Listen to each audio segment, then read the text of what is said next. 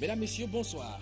Sénatorial 2013, l'UNDP et l'UDC demandent l'annulation du vote dans la région de l'Ouest, du littoral et de la Damawa. Ces partis politiques ont saisi la Cour suprême. Elles dénoncent ainsi l'achat des électeurs lors du scrutin du 14 avril dernier dans ces régions. Pratique de l'épreuve physique et sportive aux examens officiels, une élève s'écroule lors de cette épreuve à Yaoundé. Un incident qui nous permet dans ce journal de nous intéresser au dispositif de secours lors de cette discipline, lors de la pratique de ces épreuves. Et une jeune adolescente de 13 ans met le feu dans la maison de son voisinage au quartier Niala. On parle d'une histoire d'infidélité qui aurait motivé l'acte de la jeune élève de classe de 6e du lycée de Japoma. Comment comprendre ce comportement dans cette tranche d'âge? La question nous intéresse en deuxième partie de ce journal. A tout de suite.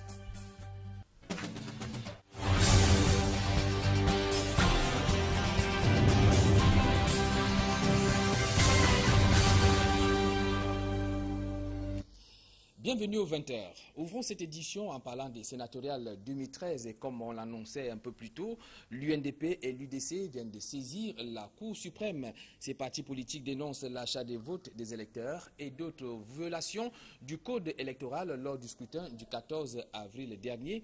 Ils ont par conséquent sollicité de la haute juridiction l'annulation des sénatoriales dans les régions du littoral de l'Ouest et de la Damawa. Les précisions avec Marcelin Ganso.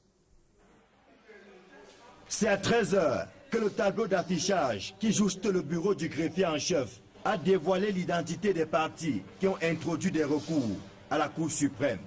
Il s'agit de l'Union nationale pour la démocratie et le progrès et l'Union démocratique du Cameroun. Il y a 5 recours pour 5 régions, donc l'UDC pour l'Ouest, pour la région de l'Ouest, et l'UNDP pour les régions de la Damawa, du littoral, du Nord et de l'extrême Nord. À l'UNDP, 2 recours ont été introduits par le secrétaire général du parti, Pierre Flambeau Ngayap. Ces recours concernent les régions du Nord et de l'extrême Nord. Les 2 autres recours portent les signatures de 2 candidats, à savoir Ousmanou, candidat dans la Damawa, et Djebaï, candidat dans la région du littoral. Les requérants demandent l'annulation du scrutin par la Cour suprême pour, entre autres, achat des votes des électeurs, vote de certains conseillers avec des cartes non conformes, publication des listes des électeurs par commune et non par ordre alphabétique, comme l'exige la loi, insuffisance de scrutateurs dans certains bureaux de vote, et puis caractère non opaque des enveloppes devant recevoir les bulletins de vote.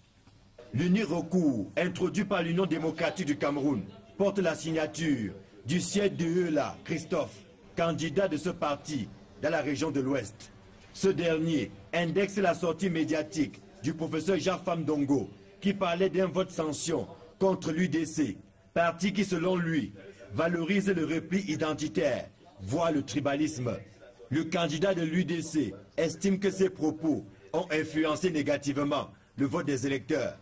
Les requérants ont appuyé les demandes d'annulation en y annexant plusieurs pièces justificatives. Eh bien, le greffier en chef de la Cour suprême ne doute pas un seul instant de la célérité avec laquelle la haute juridiction se prononcera sur les recours reçus. Apollinaire Kouyamougou est au micro d'Equinox Télévision. Il y a d'abord 72 heures à compter de la date de clôture du scrutin pour faire des recours. Et s'il y a un recours, on le dépose, on doit l'instruire.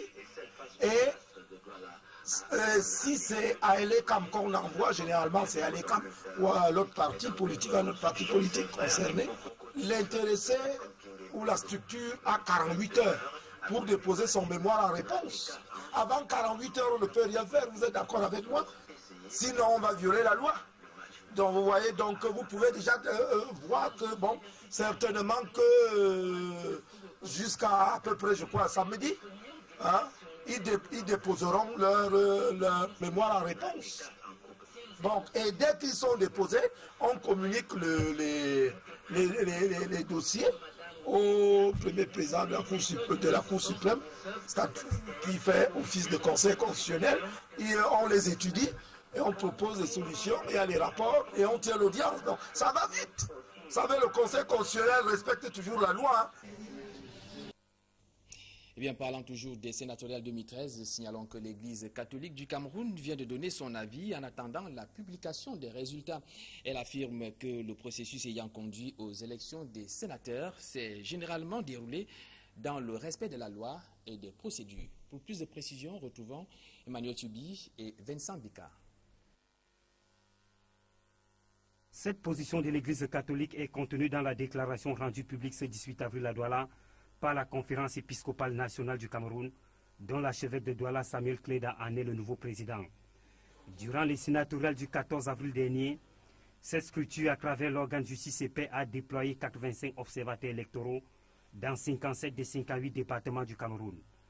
Leurs différents comptes rendus sont à la base d'un rapport de synthèse qui a permis de retenir les constances de quelques acteurs durant le processus. 2.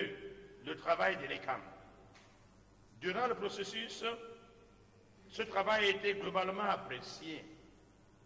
Il en est ainsi notamment pour l'examen des différentes listes de candidatures par le Conseil électoral qui a abouti à des rejets confirmés par la Cour suprême, ce qui a contribué à rehausser la légitimité de l'ECAM auprès d'une opinion nationale méfiante. Pour réluisante cependant, a été la constitution du fichier électoral au sujet duquel des doublons, des omissions et des incongruités ont été signalés à différents endroits. Cas de personnes décédées depuis longtemps, mais dont les noms se retrouvent néanmoins sur la liste. Sur le point de l'administration territoriale, la déclaration note que le MINAT a délivré les accréditations aux différents groupes d'observateurs à temps.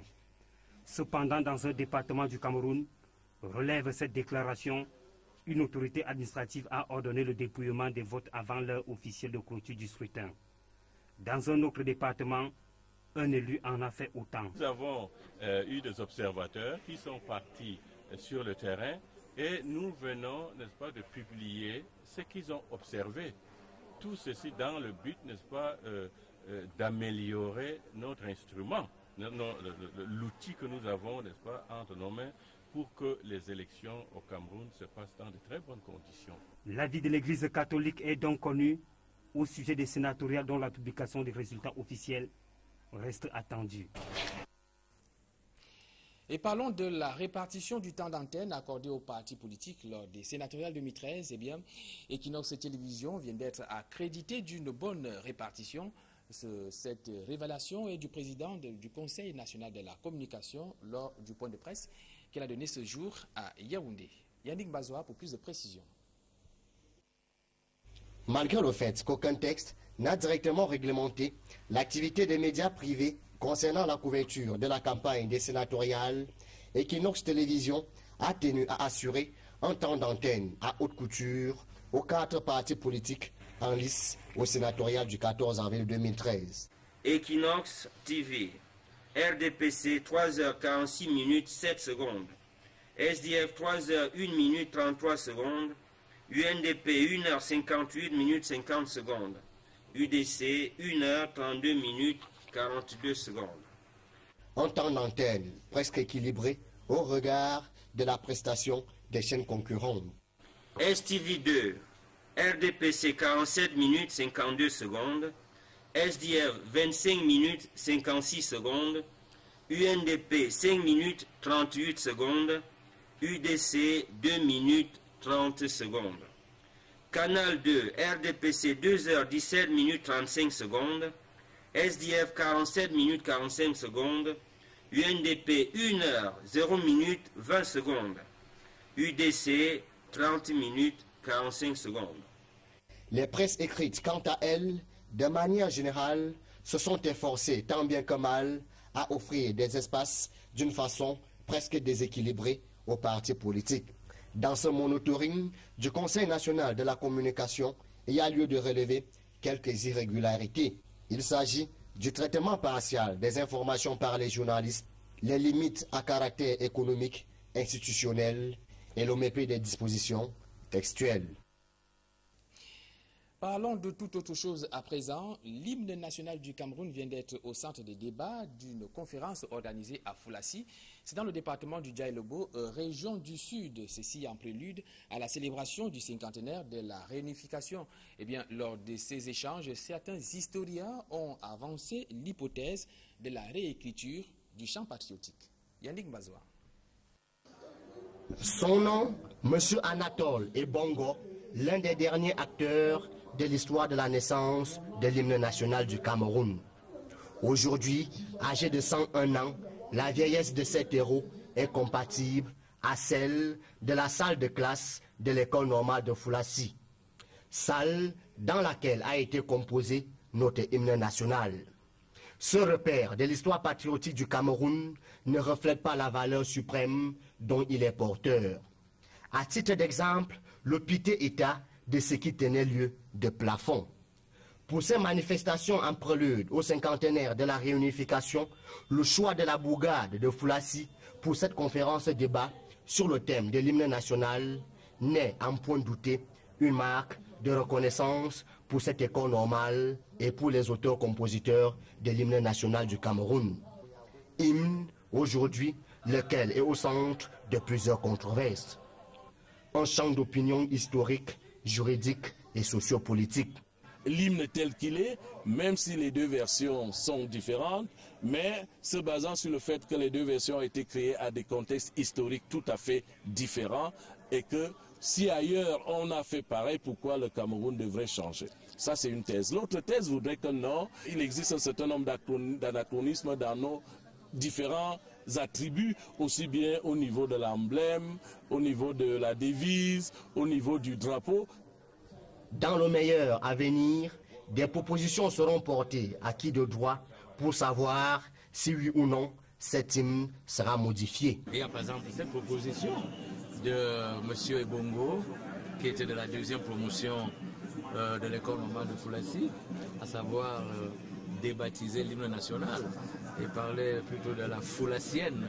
Il y a la proposition sur la réécriture de l'hymne.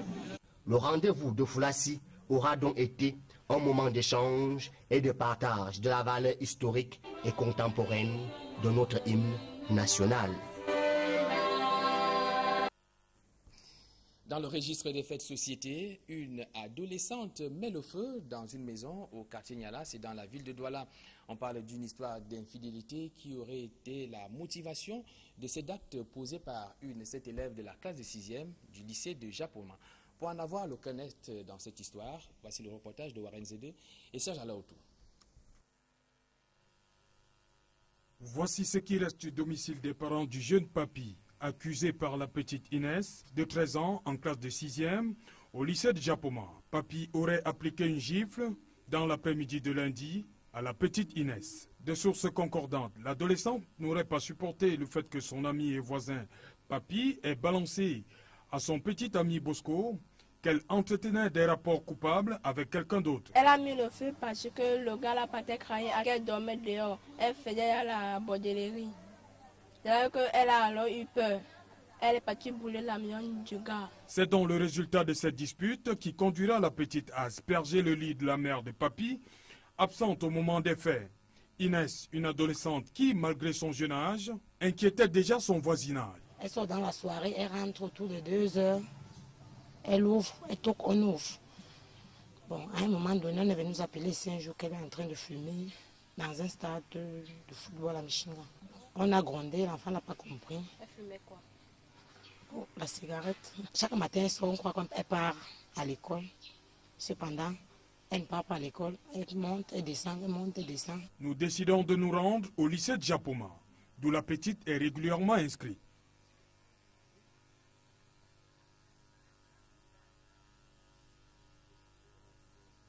En l'absence du principal responsable de l'établissement, nous apprenons par des sources que c'est une élève qui brille par son absentéisme depuis la rentrée du 3e trimestre. Hors de l'établissement, nous apprenons par la voix de son camarade de classe que la petite Inès ces derniers jours avait opté pour un tout autre comportement. La petite pyromane, après 2 jours de garde à vue au commissariat central numéro 2 à Lokbaba, se trouve depuis mercredi dernier dans les locaux de la police judiciaire à Bonanjo, Douala.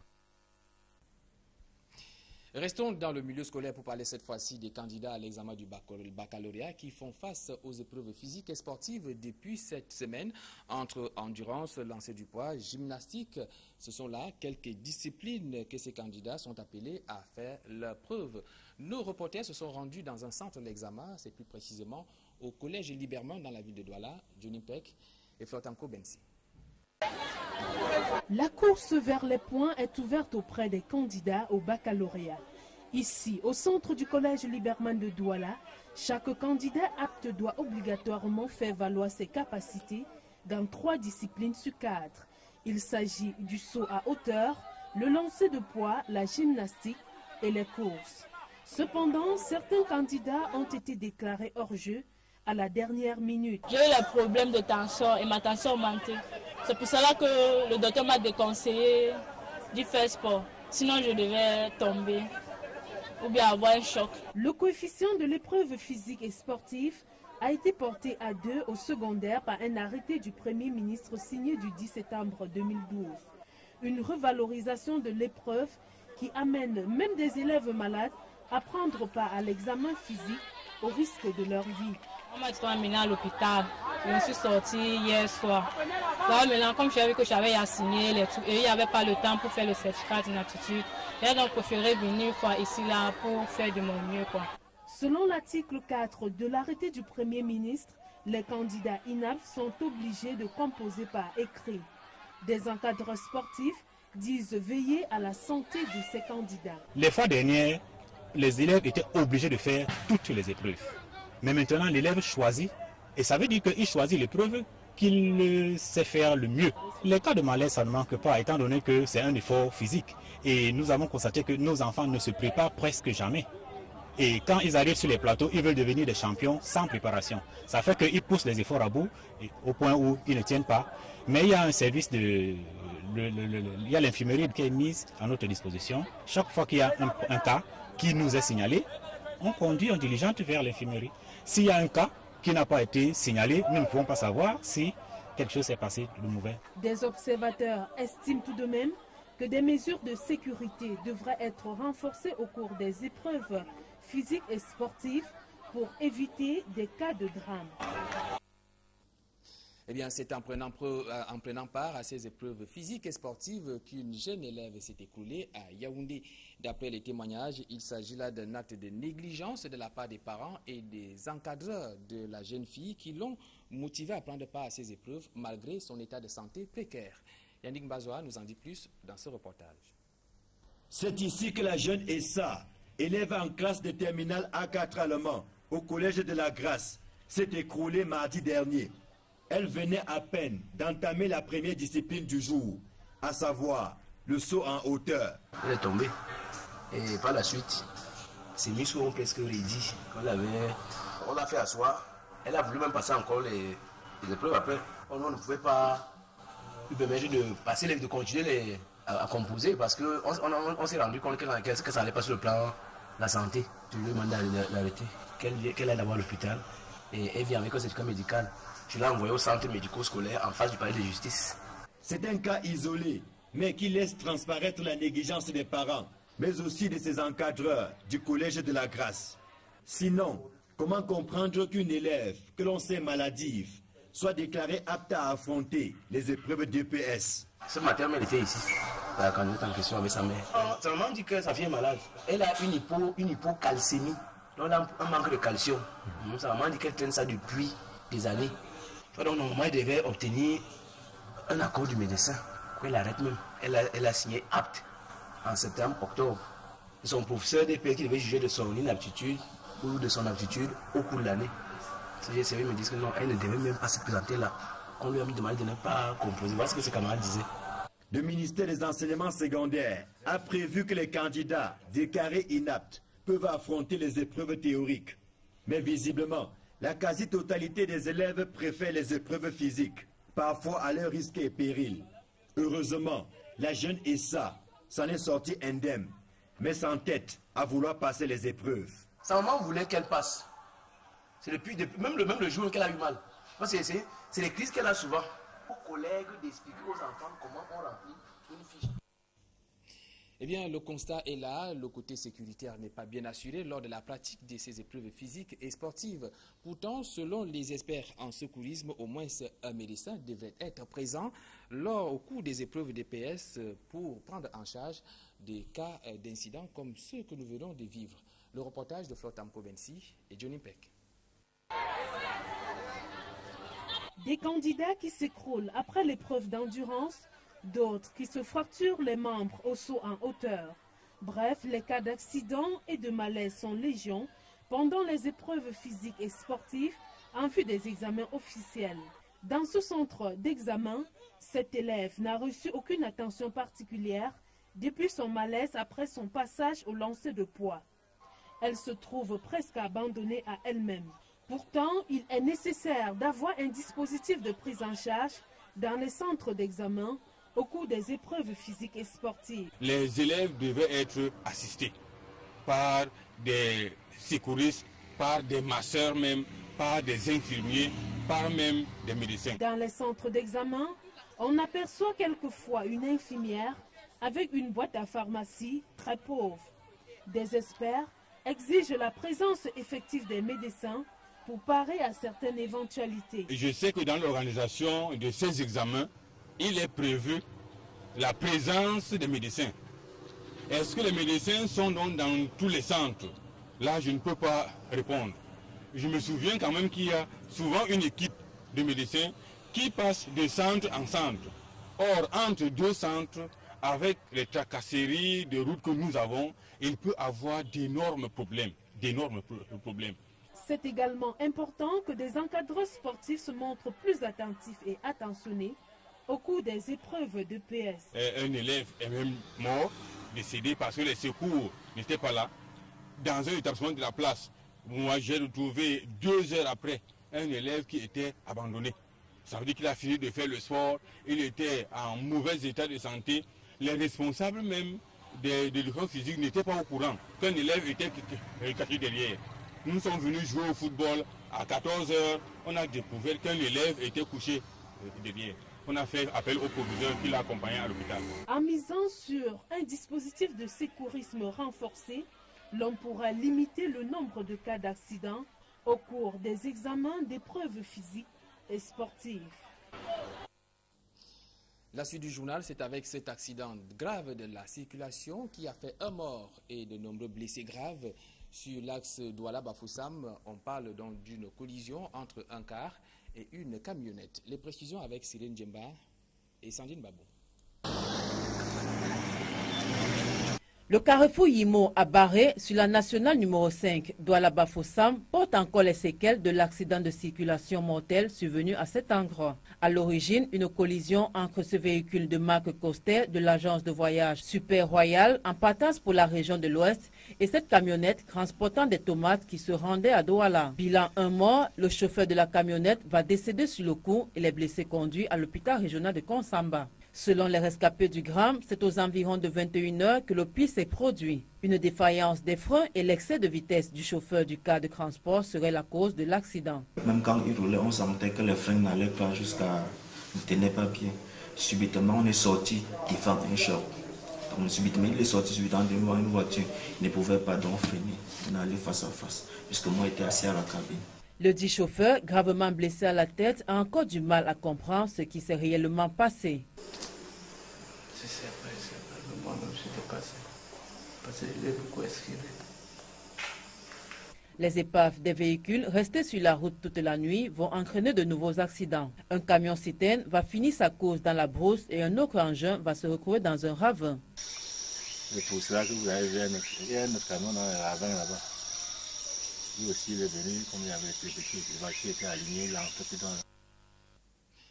Restons dans le département du Mungo avec cette découverte insolite faite par les riverains de la forêt de Lonako. Eh bien, ces habitants ont découvert un jeune homme en tenue d'Adam. Le récit des faits avec Céline Djemba et Sandine Babo une fois de plus.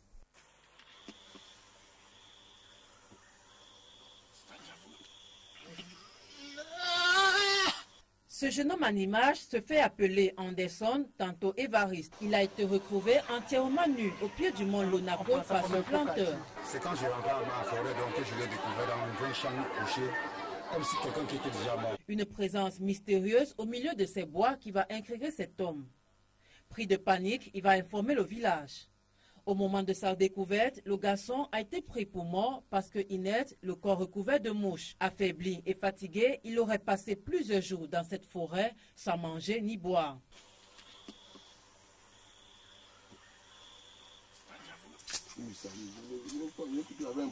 Alertés de la situation, les éléments de la brigade de recherche de la ville de Konsamba vont descendre sur les lieux. Sur les raisons de sa présence à cet endroit, le miraculeux ne donne aucune explication cohérente. Qui est où?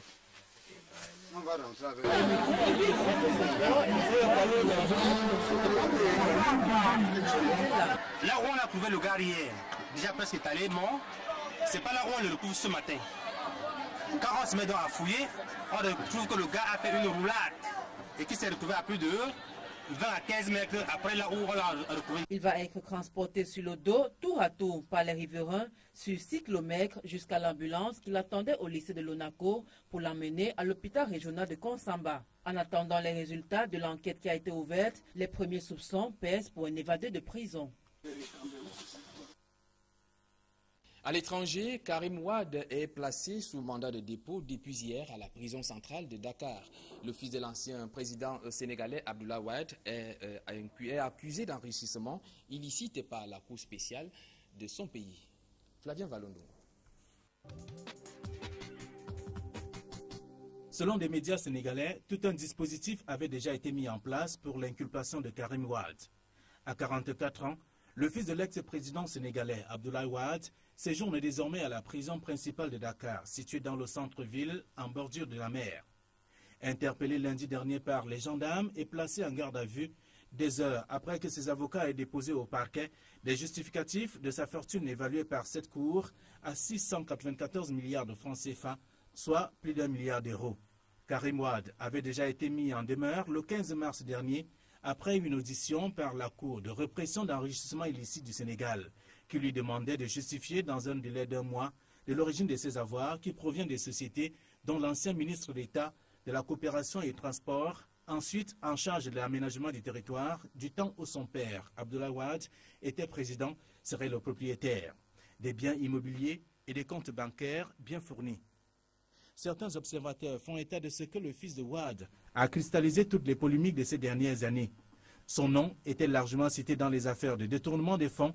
Ses détracteurs lui reprochaient même son train de vie aux allures de fils des riches, en même temps que son arrogance était insupportable. Les 4 juges d'instruction qui travaillent sur son affaire ont 6 mois, bref, jusqu'au 16 octobre prochain pour boucler leur instruction.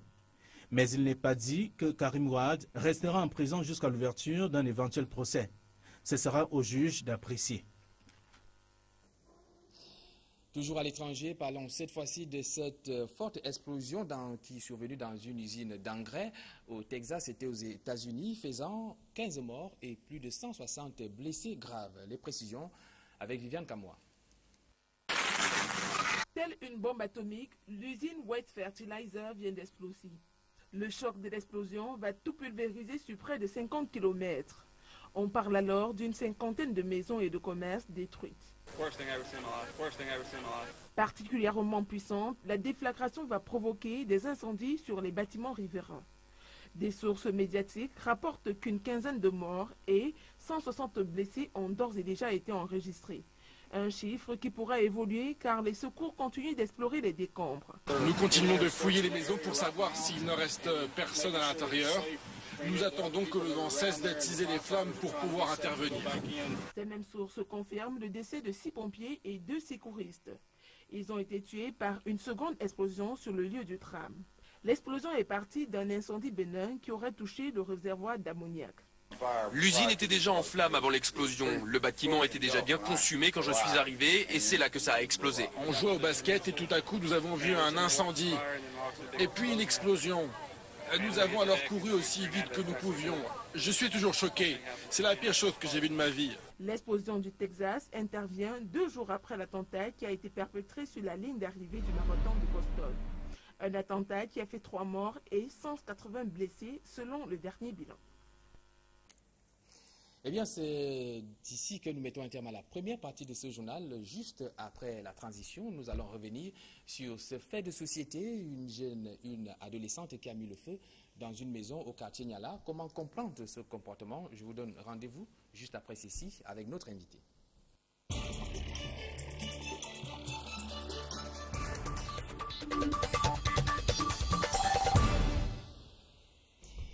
Alors, pour planter le décor pour ceux qui viennent de nous prendre en cours, il faut signaler que c'est l'histoire d'une jeune adolescente élève en classe de 6e au lycée de Japoma qui a donc mis le feu dans une maison au quartier Niala. On parlerait d'une affaire d'infidélité.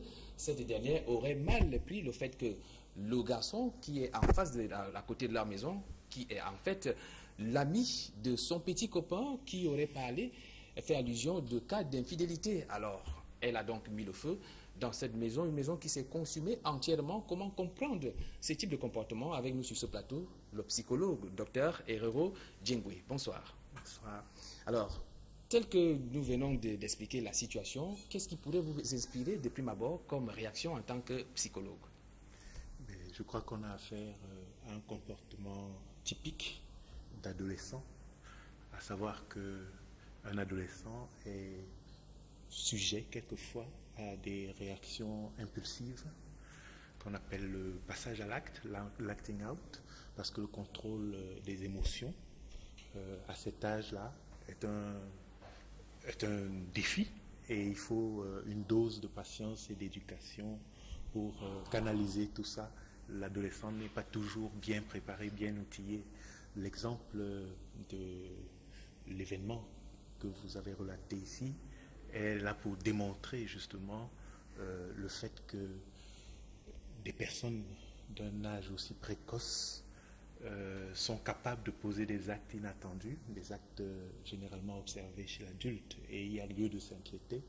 Et on peut aussi penser que la précocité de la relation amoureuse, avec toutes les contrariétés que cela suppose, ça a pu, chez des personnes qui ne sont pas préparées psychologiquement, être extrêmement déstabilisateur. Alors, vous avez bien fait de faire allusion à les raisons peut-être de cœur, si je puis m'exprimer ainsi. Mais à cet âge, à 13 ans, est-ce que ce n'est pas un peu tôt, puisque tout porte à croire que c'est ça qui serait la cause de son acte? Est-ce qu'il est trop tôt d'aimer? Le sentiment amoureux est un sentiment naturel. Au point de poser un tel acte. Le sentiment lui-même est naturel. Maintenant, ce qui est en cause, c'est la frustration. Donc, quand on est déçu, quand on est blessé, il y a des façons de gérer cette frustration. On ne tolère pas tous la frustration de la même façon. C'est une compétence psychologique qui n'est pas acquise, y compris chez les adultes.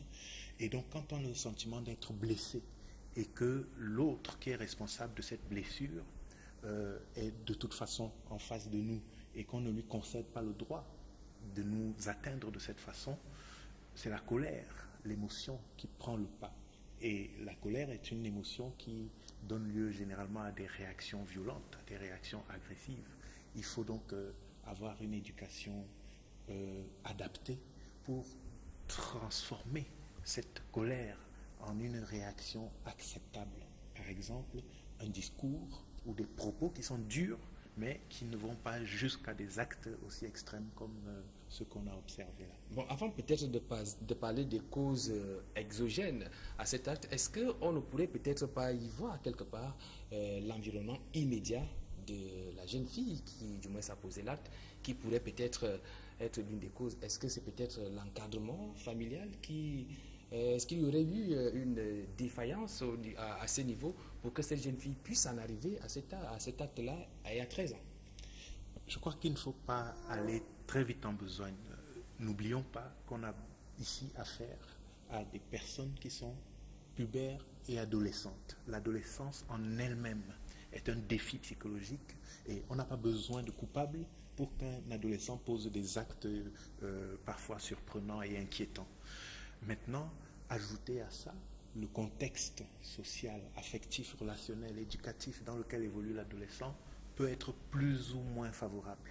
On peut supposer que dans le cas de cette adolescente, l'encadrement familial est quelque peu défaillant, parce qu'on peut s'interroger sur sa capacité à entretenir apparemment durablement une relation qui est une relation de couple avec un amant connu dans le quartier et les amis qui la surveillent.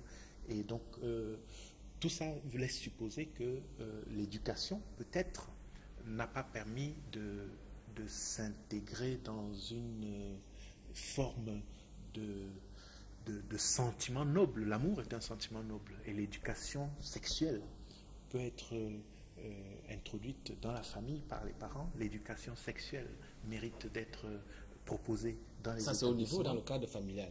Mais maintenant, est-ce que peut-être on ne pourrait peut-être pas également étendre ces responsabilités, puisque vous nous faites comprendre que tout part de l'adolescence et que c'est un âge pubère, mais au niveau de l'encadrement scolaire, est-ce que quelque part également on ne pourrait pas peut-être avec des techniques détecter ce genre de réaction auprès de ces enfants de cet âge-là? Je crois que l'éducateur, qu'il soit l'éducateur familial ou l'éducateur institutionnel dans les écoles et dans les lycées, a une responsabilité, celle d'analyser les émotions et aussi d'orienter les comportements vers des formes d'expression socialement acceptables. Les enfants, en général, sont des observateurs et donc ils voient ce qui se passe autour d'eux. Si, dans leur environnement, la frustration et la colère sont résolues de manière agressive et violente, il y a de fortes chances qu'ils vont reproduire ces comportements-là. Si ça a été observé en famille, si ça a été observé dans le quartier, si ça a été observé dans la société comme la façon la plus efficace, entre guillemets, de résoudre ces problèmes et ces contrariétés, alors, dans la tête de l'adolescent, dans la tête de l'enfant, c'est la façon qui s'impose spontanément pour résoudre ce type de problème. Donc l'éducateur doit faire attention à sa propre agressivité, à sa propre violence. Les parents doivent faire attention à leur propre agressivité, à leur propre violence, parce que tout en utilisant la violence pour essayer d'éduquer, ils sont en train de transmettre un message selon lequel, pour résoudre les problèmes, il faut être agressif, il faut être violent. Alors, qu'est-ce que vous, le psychologue, vous pouvez préconiser pour que peut-être on ne puisse peut-être plus vivre pareil incident entre, on parle de flirt entre les jeunes adolescents de cet âge qui puissent aboutir à un incendie? Disons qu'il y a deux problèmes qui ne sont pas du tout les mêmes. Le problème de la relation amoureuse, de la sexualité chez l'adolescent, c'est quelque chose qui en soi est assez banalisé dans notre société. Il est question de les éduquer à la noblesse du sentiment amoureux. Il faut aussi les éduquer sur le droit au plaisir, mais aussi à une sexualité qui est une sexualité encadrée par des principes d'hygiène, de sécurité, de respect. Et à côté de cela, un autre problème qui malheureusement ici vient se croiser avec celui d'une relation amoureuse, qui est le problème de la violence.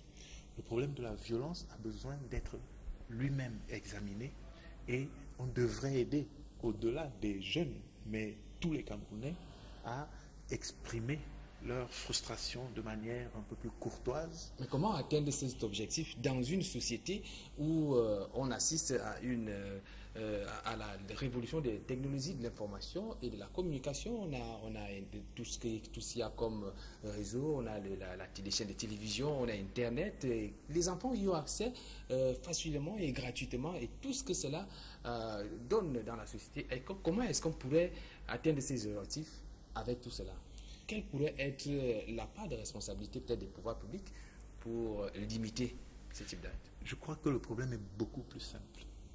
Partout où il y a de la frustration, partout où il y a de la misère, partout où il y a de l'injustice, partout où il y a de la marginalisation, va prospérer la violence. Et donc, il est probable qu'une amélioration des conditions de vie et de l'éducation pourrait avoir une incidence favorable dans la canalisation des comportements. Et ces comportements violents, même s'ils peuvent être issus de l'observation, comme vous le dites, dans les médias, la télévision, le cinéma et autres, la famille et l'école sont là pour donner aux enfants la capacité d'apprécier. On appelle ça le discernement. C'est-à-dire que ce n'est pas parce que ça se passe comme ça que c'est valable dans le comportement normal d'un individu digne. Et c'est l'éducation avant tout qui a besoin d'être encouragée. Merci, docteur Herero Djingwe. Il faut signaler que vous êtes psychologue. Merci de nous avoir apporté toutes ces explications pour peut-être comprendre le geste posé par cette jeune adolescente au quartier Niala. C'est moi qui vous remercie. Mesdames, Messieurs, merci de nous avoir suivis. Juste après cette édition d'information, vous allez retrouver l'émission de sport que présente RVK. Merci de nous avoir suivis. Moi, je vous donne rendez-vous demain et toute l'équipe d'ailleurs, demain lorsqu'il sera 20h.